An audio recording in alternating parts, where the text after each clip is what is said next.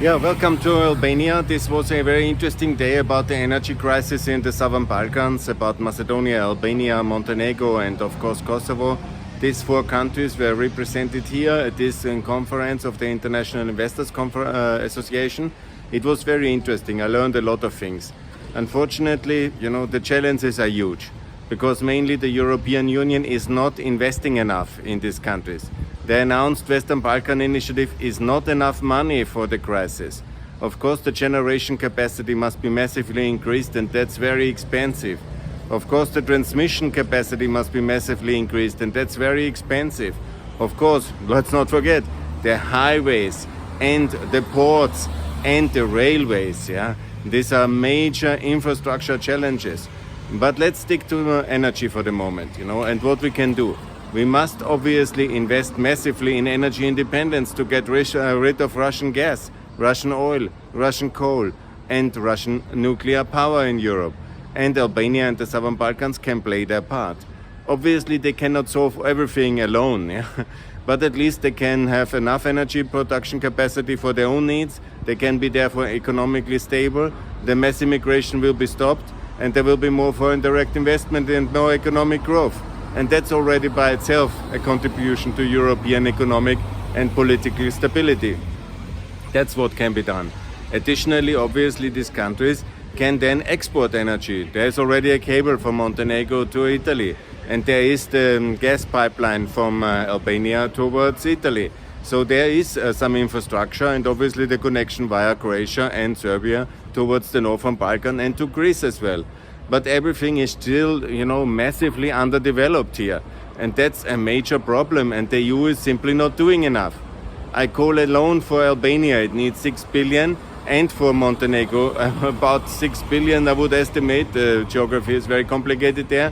For Kosovo as well, and also for Macedonia. So in the next 6 years, 6 billion per country. That's about 24 already in these countries alone. And that is not, that's only to trigger a lot of additional foreign direct investment. But if we continue with this low level of development, if we continue with that speed of a really snail speed level of development in terms of public investment, how can the private sector really take up this? It's impossible. It's impossible. And that we think that these four states here can do it alone with this modest and moderate EU level of support, which we currently give mostly as loans. And not as grants, and this little token IPA funding. Then we really have a major miscalculation about the task and what was left by Yugoslavia's underinvested republics, Montenegro, Kosovo, and North Macedonia.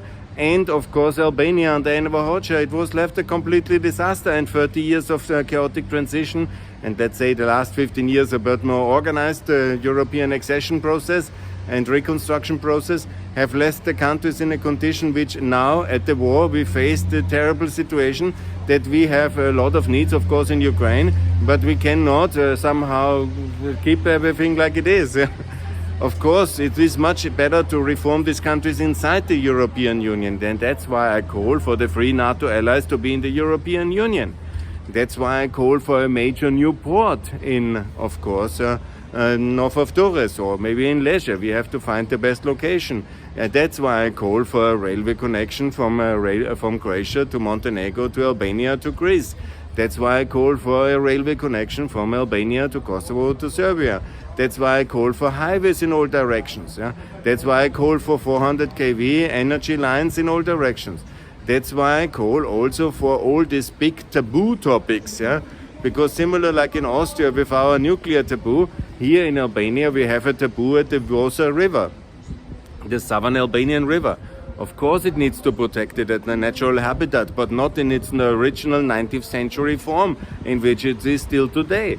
We need also to co-develop it with hydro pump storage, which is absolutely feasible and within line of Natura 2000 directives. We have also many co-invested areas in the Austrian Alps. Why not treat the Austrian Alps like the Albanian Alps or the Albanian Greek Alps? Let's call them in the south. They can do some decent storage there as well, and that would be very important. We need also to lift the coal of Kosovo.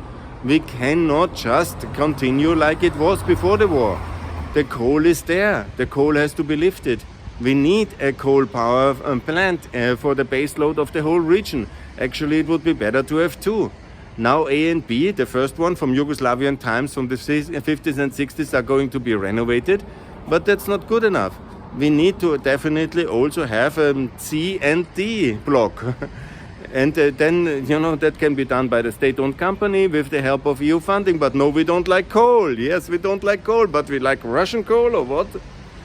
And then they now are selling the Kosovo coal outside of Kosovo, transport it everywhere, because anyhow everybody needs coal in this energy transition now. We are in an energy war, by the way. Anybody not noticed? Vjosa must definitely be developed. Of course, Kosovo C and D must be developed into two 750 megawatt blocks on European technology and on European standards. Of course this must be done. And of course we need also to lift the petrol reserves of Albania. Albania is one of the countries, together with Norway and with Romania, to have enough petrol reserves. Yeah? And then we give it to the Chinese. How crazy is this? How crazy is this? Yeah? And then we don't do it because we don't like petrol and we don't like coal and we don't like gas and we like nothing. And then the reality is that we have this messy situation that these countries have a huge budgetary deficit because they have to buy very expensive energy via Hungary and Serbia. And then it's from Hungarian nuclear power built by the Russians. And we have to fund that via massive subsidies for these countries in order to avoid fiscal collapse of the four countries here, which for years have made Serbia very rich by the energy imports because we were not ready to build a third coal power plant. How crazy is that? And of course we need another underwater cable energy Albania-Italy, absolutely. We need, by the way, a train along the Adriatic, and we need a highway along the Adriatic. We need a highway connection to Korča, to Thessaloniki, and one towards the south here to Tepelena and to south Ioannina. And of course we need a new port, a deep sea port, and to supply Ukraine effectively. And we need also the east-west corridors in energy, in railway and in highways and in this all aspects of infrastructure. And of course the EU needs to pay and fund this. And then there will be a major international investment drive because the private sector can complement the public investment. But I've never heard about it that all the things and the responsibility, the risk have to be carried by the private investor just with support of the international community. And then it's simply not happening because it's too risky. And then we lose another 20 years and we are in big danger in the Southern Balkans to lose another 20 years. And that would be a real big tragedy. I think so. That's why I'm calling for more courage, more funding and more decisive European planning. European companies in that areas would help, European infrastructure planning and massive new European investment. And what is happening up to now, 2023, is simply far beyond what is required as a response to the Russian war. If we want to win this energy war, if we want to integrate these countries, and we should want to, and of course it's necessary, and if we want to have peace in the Balkans, we have to do much more than we currently do, and that's what I'm calling for. Thanks a lot, here from Albania. By the way, a wonderful country. I will show you a bit. This is the university complex in the center. This is the new Marriott hotel at the center, Marriott, very nice conference center, and I really like it a lot. And it's very beautiful here, and this is amazing. Albania is moving in the center at least.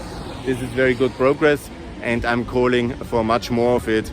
And we need also much more public investment for that one in the infrastructure area, energy, railways and highways.